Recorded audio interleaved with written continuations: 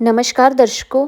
आज हम आपको सुनाएंगे बहन और भाइयों की बहुत ही अच्छी कहानी। जब भाइयों ने बहन को मारकर खाया उसका मांस। एक बहुत ही अच्छी कहानी है। अगर आप हमारे चैनल पर नए हैं तो प्लीज़ हमारे चैनल को लाइक करें, सब्सक्राइब करें और शेयर करें। बहुत पुराने समय की बात है। एक गांव में एक परिवार रहता था। उस परिवार में 7 लड़के और एक लड़की थी। उनके माता पिता जल्दी ही गुजर गए थे, तो बच्चों ने भी जल्दी ही अपनी जिम्मेदारियां समझ ली थी। शुरू में सबको गुजारा चलाने में काफ़ी परेशानी हुई थी, लेकिन समय के चलते सब कुछ उन्हें आसान लगने लगा। अब उन्होंने माँ बाप के बिना जीना सीख लिया था। यह उस समय की बात है जब समाज के पुरुषों का काम केवल जंगली जानवरों का शिकार करना और औरतों का सिर्फ घर का कामकाज करना और बच्चों को संभालना होता था। 7 भाई और एक बहन इस गांव में बड़े प्यार से मिलजुल कर रहते थे। दिन निकलते ही सातों भाई शिकार के लिए निकल जाते और बहन सबके लिए खाना पकाती थी और घर के बाकी के दूसरे कामकाज करती थी। भाई जब जंगल से वापस आते तो साथ में बड़े बड़े जानवर, पक्षी आदि को मार कर लाते थे। बहन उनके मांस को बड़े चाव से पकाती और सब भोजन करके बड़ी तृप्ति का अनुभव करते थे। ऐसे ही दिन गुजरते रहे। एक दिन की बात है, सातों भाई जंगल में शिकार करने के लिए गए थे। शाम होने वाली थी। बहन सबके लिए खाना बना रही थी। जब वह सब्जी के लिए हरा साग काट रही थी, तभी चाकू की तेज धार से और उसकी उंगली कट गई।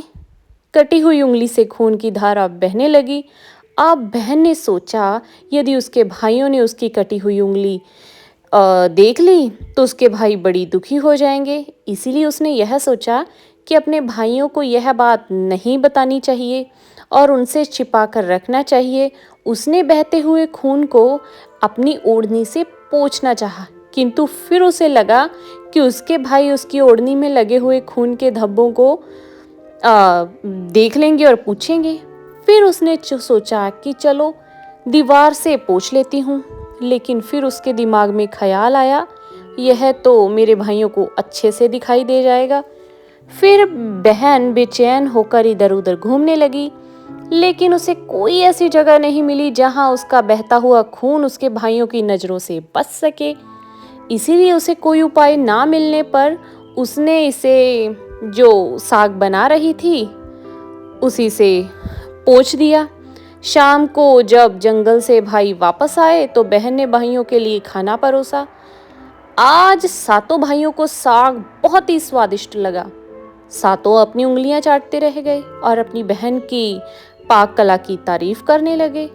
अपनी तारीफ सुनकर बहन भी खुशी से फूली नहीं समा रही थी। दिन भर के थके हारे होने के कारण सातों भाई उस दिन जल्दी सो गए।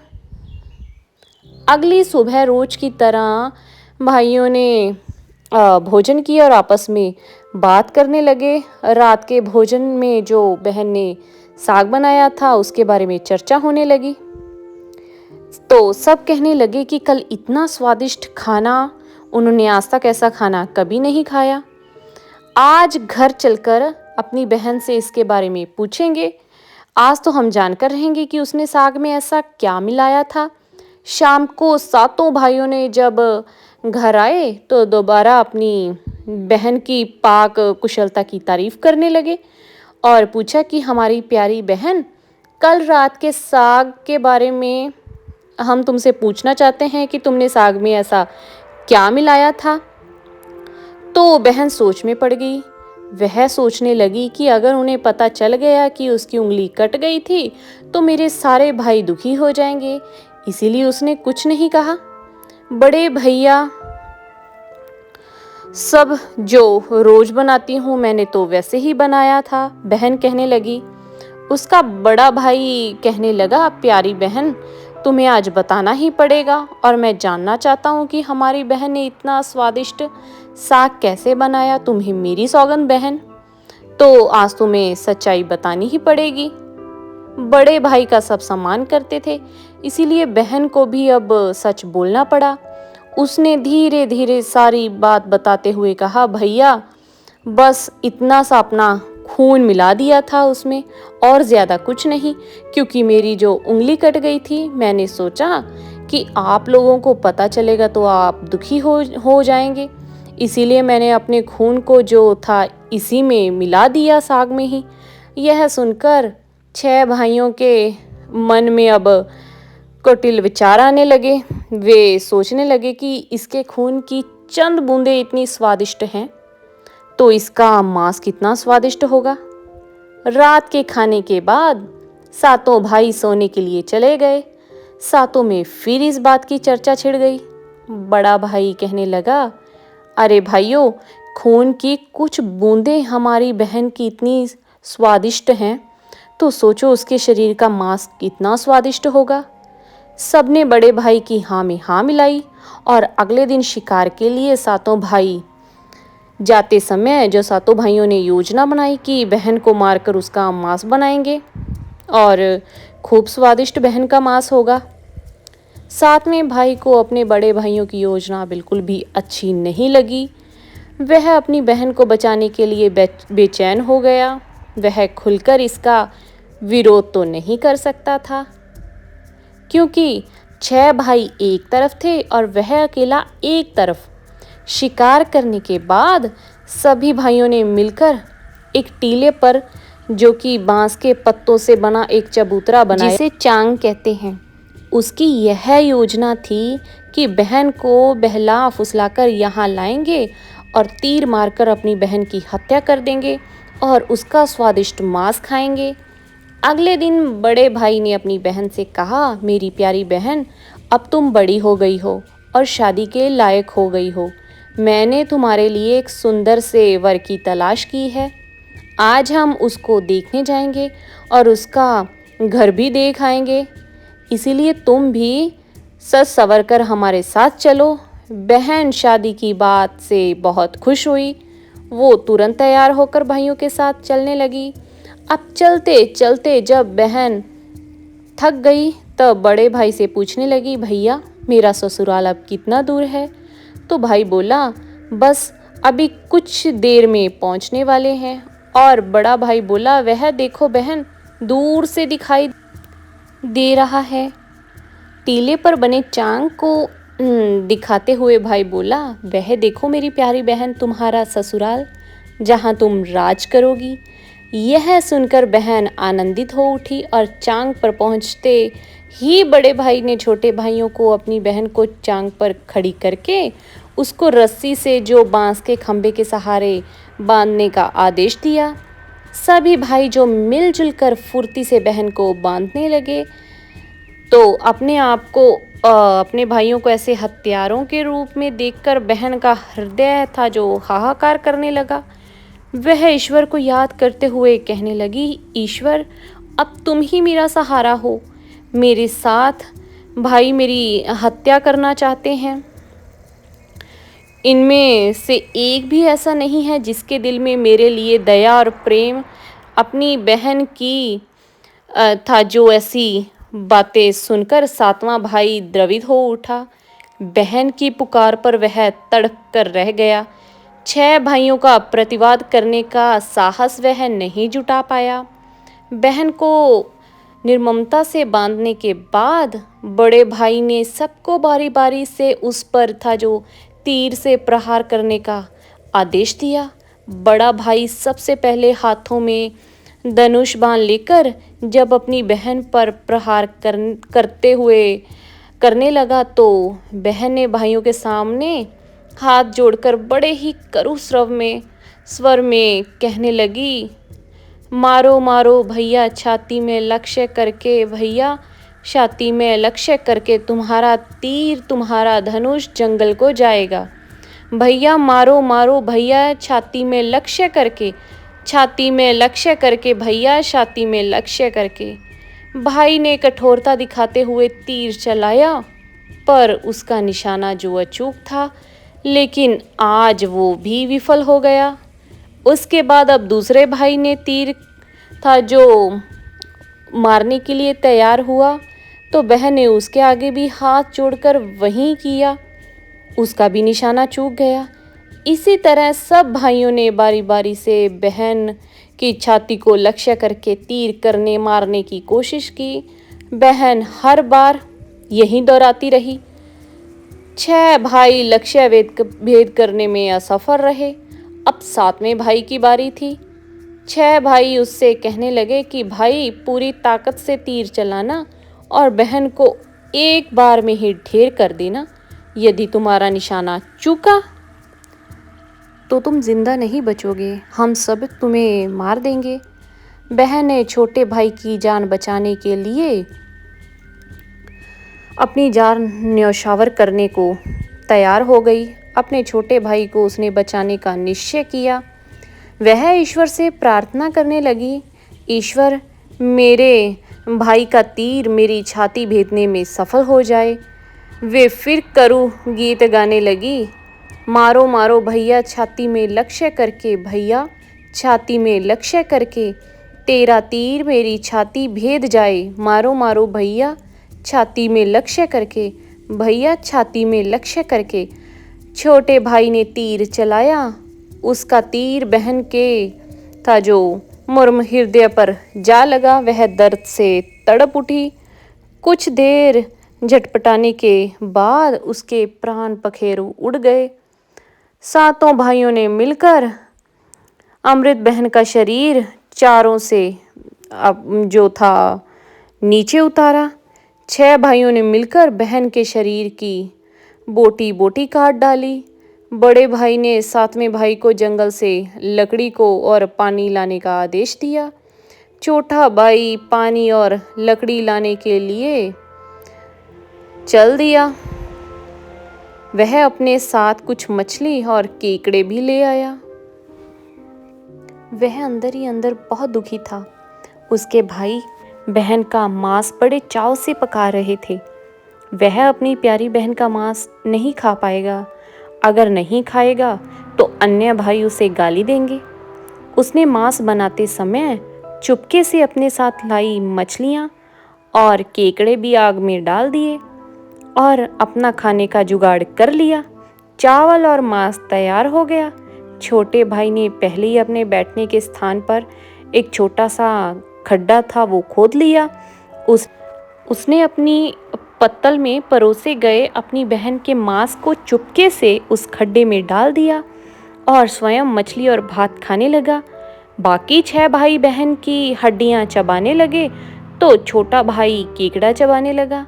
जब सब ने बहन के शरीर का स्वादिष्ट मांस खाकर अपना पेट भर लिया तो बड़े ने जो 7वें भाई को कहा कि जूठन साफ कर दे, और उसने जो बहन की बची कुची हड्डियां और शरीर के अन्य भाग जैसे नाखून, पंजे, सर सबको इकट्ठा करके उस खड्डे में डाल दिया और ऊपर से मिट्टी से उसको ढक दिया।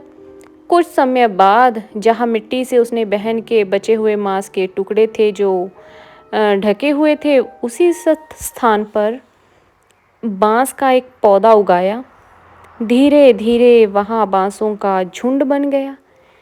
एक बार कहीं से एक संत आए और इस बांस की झुरमुट तले छुपकर वो मल त्याग करने लगे। उसी समय आकाशवाणी हुई, संत दुर्गंध आ रही है, संत दुर्गंध आ रही है।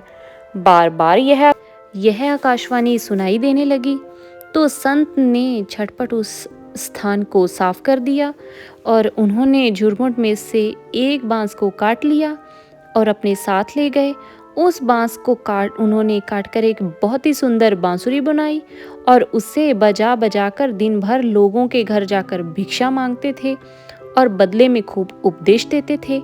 एक दिन की बात है, संत भिक्षा के लिए उसी गांव में जाता है जहां वे भाई रहते थे। जब संत बड़े भाई के द्वार पर चला, बांसुरी बजाने लगा, तब तक 6 भाइयों का विवाह हो चुका था। जो 7वां था बस वही था। जब बड़े भाई के द्वार पर संत बांसुरी बजाने लगा तो बांसुरी में से आवाज़ें आने लगी, नहीं बाजोरी बांसुरी, नहीं बाजोरी, यही है दुश्मन सबसे बड़ा। बड़े भाई के घर नहीं बाजू रे बांसुरी, दया प्रेम सब छोड़कर रिश्ते में यही दाग लगाया है। नहीं बाजोरी बांसुरी, यही है दुश्मन सबसे बड़ा। बड़े भाई के घर जब बांसुरी में से ये बार बार आवाज़ निकल रही थी तो इस तरह की करू आवाज़ से बड़े भाई के तो पसीने छूटने लगे। उसने अपनी पत्नी से योगी को तुरंत भिक्षा देकर विदा करने को कहा। इसी तरह योगी बाबा बारी बारी से 6 भाइयों के द्वार पर गए और उनके आंगन पर कदम रखते ही बांसुरी ने स्वयं यह गीत बजने लगता। उन्होंने भी अपनी पत्नी को तुरंत ही कुछ न कुछ भिक्षा देकर संत को विदा करने को कहा। उनके मन में अब यह डर समा गया कि अब तो पोल खुल जाएगी। अपनी बहन की हत्या की। तो जब अंतिम समय जब संत थे जो 7वें भाई के द्वार पर पहुंच गए, जो अभी कुंवारा था, वह अकेले रहता था। जब योगी बाबा उसके द्वार पर उपस्थित हुए तो बांसुरी बोल उठी, बाजो रे बांसुरी, मेरे सबसे छोटे भाई के घर। मन ही मन की बात मन में छुपाकर युग युग से रखा है। अंत में बाजोरी बांसुरी यही है मेरे सबसे प्यारे भाई का घर। योगी की बांसुरी से प्यारी और दिलचस्प गीत बजते ही और यह सुनकर छोटे भाई ने उन्हें सम्मान के साथ अपने घर में बैठने के लिए कहा। ताबूल पान और जलपान से उनका सत्कार किया। उसके बाद बांसुरी के विषय में चर्चा हुई तो योगी ने बांसुरी के जन्म की कहानी जो छोटे भाई को पूरी बताई कि कैसे उसने बांस को काटकर जो बांसुरी बनाई है, कैसे आकाशवाणी हुई थी। छोटे भाई ने उस बांसुरी को उस योगी से देने की प्रार्थना की तो योगी ने उस बांसुरी को छोटे भाई को सौंप दिया। योगी के चले जाने के बाद अब छोटे भाई ने बांसुरी को अपने बिस्तर के सिरहाने की तरफ साफ सुथरे स्थान पर धूप जलाकर सम्मान के साथ रख दिया। कुछ दिनों के बाद छोटे भाई के घर में परिवर्तन दिखाई देने लगा। जब वह अपने काम से लौटकर आता तो घर साफ सुथरा होता। अब छोटा भाई सोचने लगा कि पता नहीं कैसे रोज रोज ये जो घर अपने आप साफ हो जाता है। अब रोज रोज यही होने लगा उसके साथ। छोटे भाई ने अपनी भाभीयों के घर जाकर पूछा कि भाभी, मेरी गैर हाजिरी में आप लोग मेरे घर की साफ सफाई करते हो क्या? सभी भाभीयों ने जवाब दिया कि हमें अपने घर के कामकाज से फुर्सत नहीं है, तो तुम्हारा घर कैसे साफ करेंगे? छोटे भाई ने निश्चय किया कि आज वह छिपकर देखेगा कि उसका घर कौन साफ करके जाता है। इसीलिए छोटा भाई आज काम पर नहीं गया और वह अपने घर के कोने में छुपकर जो सब कुछ देखने लगा। जहाँ पर बांसुरी स्थापित थी वहाँ से उसकी बहन की शक्ल की एक लड़की निकली और उसने घर का सारा काम किया और फिर उस बांसुरी में समा गई। छोटा भाई ये सब देखकर तो उसे अपनी आंखों पर विश्वास नहीं हुआ। फिर छोटे भाई ने यह बात अपनी बड़ी भाभी को बताई। बड़ी भाभी ने अपने छोटे था जो देवर को समझाया कि जैसे ही लड़की कल बांसुरी से बाहर निकलेगी तो तुम ऐसा करना कि उस बांसुरी को आग के हवाले कर देना, फिर उस पर तुलसी जी का जल छिड़क देना, फिर देखना क्या होता है। छोटे भाई ने अपनी बड़ी भाभी के कहे मुताबिक सारा काम किया। उसने लड़की के बाहर निकलते ही जो बांसुरी को आग के हवाले कर दिया और लड़की पर पवित्र तुलसी का जल था वो छिड़क दिया। तुलसी के जल के स्पर्श से वो मानव रूप में ही रह गई। भाई ने देखा कि यह तो उसकी प्यारी बहन है। उसने अपनी बहन को गले से लगा लिया। उसके बाद दोनों बहन भाई बड़े प्रेम से जो रहने लगे और बहन ने भाई को और भाई ने बहन को अपना लिया और खुशी से एक दूसरे के साथ जीवन यापन करने लगे। तो दर्शकों, इस कहानी से हमें यही शिक्षा मिलती है कि निस्वार्थ प्रेम है जो वही रिश्तों को बनाए रखता है। आपको ये कहानी कैसी लगी? अगर आपको ये कहानी अच्छी लगी तो इस कहानी को अपने दोस्तों के साथ, अपने परिवार के साथ ज़्यादा से ज़्यादा शेयर कीजिए और हमारे चैनल छाप को सब्सक्राइब कीजिए ताकि आगे भी हम आप लोगों के लिए और इस तरह की ही अच्छी अच्छी कहानियाँ लेकर आते रहें। धन्यवाद।